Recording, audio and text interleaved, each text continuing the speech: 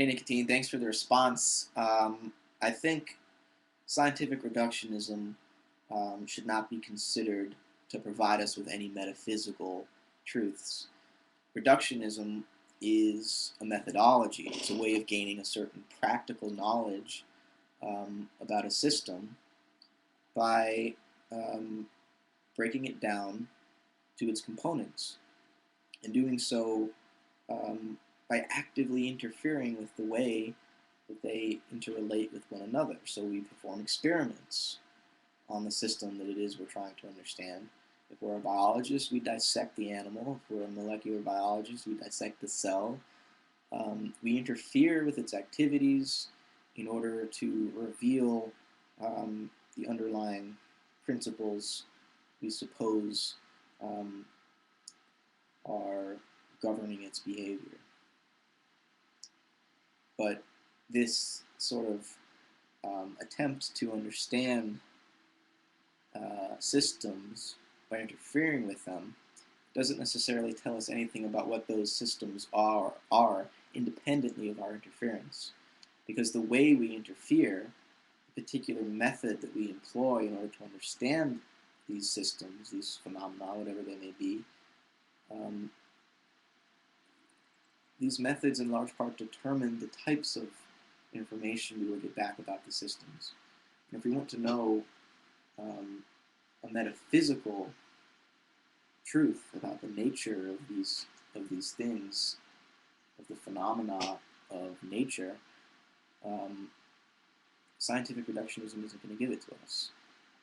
We need, speculative philosophy, I would say, and a scientist like Richard Dawkins, who is, you know, um, if there ever were a scientific reductionist, it would be him.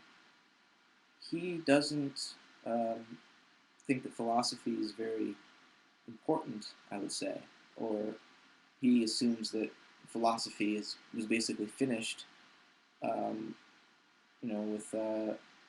with Hume, um, or maybe Kant, and that science gives us the only knowledge we can ever have of reality, and certain moral metaphysical questions will forever remain um, based on wild, fantastic speculation, and so we should be sober-minded, um, atheists who uh, sort of accept the tragic condition of the human being, having to have given up the idea of the possibility of a skyhook in order to maturely accept the reality of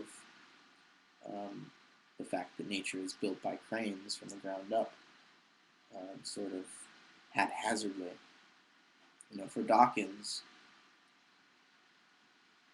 that kind of picture of the world it's really a moral motivation more than it is a philosophical motivation, because I think he's accepting a certain metaphysical um, way of understanding reality, which also means a certain way of being in the world, and thereby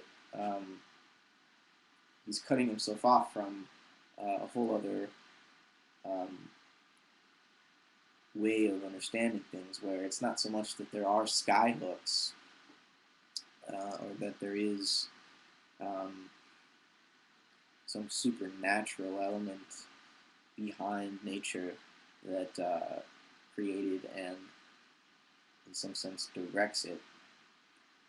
It's that, I would argue there never was a nature as science or as scientific reductionism conceives of it in the first place. There was always some sort of an experiencer or an experiencing in relation to some sort of a world. Um, there was a subject and an object, and for the subject to suppose that it could ever gather enough knowledge about the object to explain itself away, I think is insane, because you can't begin with consciousness. You can't begin um, with thought and the ability to understand, and then through that understanding, come to negate your own ability to do so.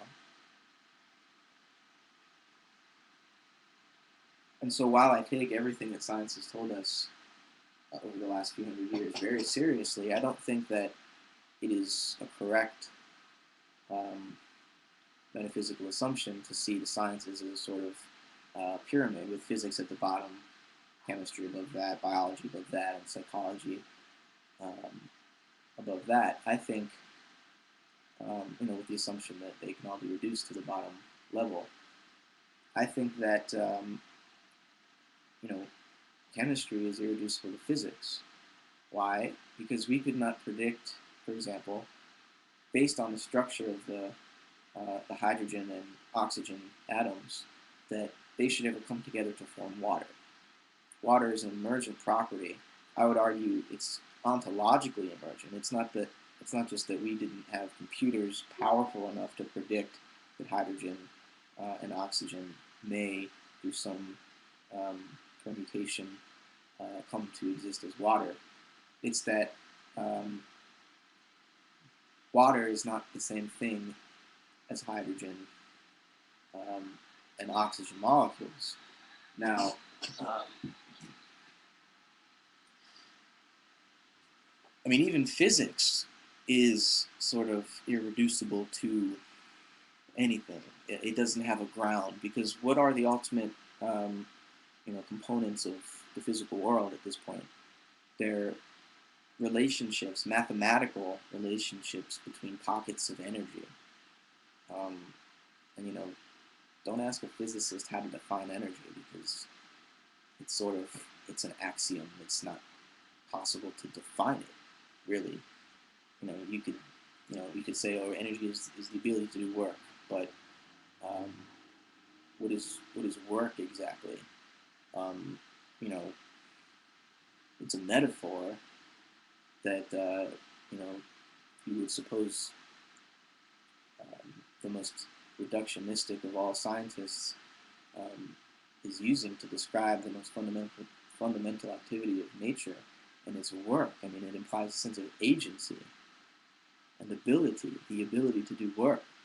Um, and so, if that's a reductive explanation for what's at the root of nature, then maybe I'm a reductionist too, because that seems to be very uh, spiritual almost. It's like, what's the base of everything? Well, the finger of God, the ability to do work. That's no better than how Newton explained how the planets were first set into motion. So there is no basis for reduction to anything. Physics itself is revealing that there is a groundless um, void at the core of reality. Um, and then, chemistry being irreducible to biology, I think when we talk about the emergence of a living cell, a new whole has emerged that is irreducible to its components because the components exist for the sake of the whole. That's what's so bizarre about biological organization, at least in contrast to most inorganic forms of organization.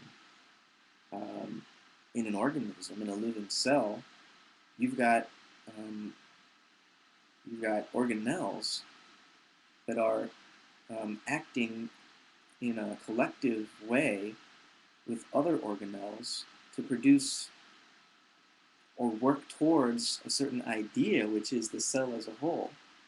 Um, and all organisms are, as Kant put it, the cause and the effect of themselves.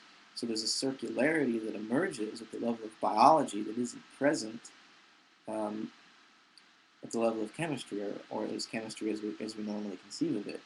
Once you start to factor in non-equilibrium thermodynamics, you can see how certain chemical reactions that are that become autocatalytic and that are part of open systems like organisms can actually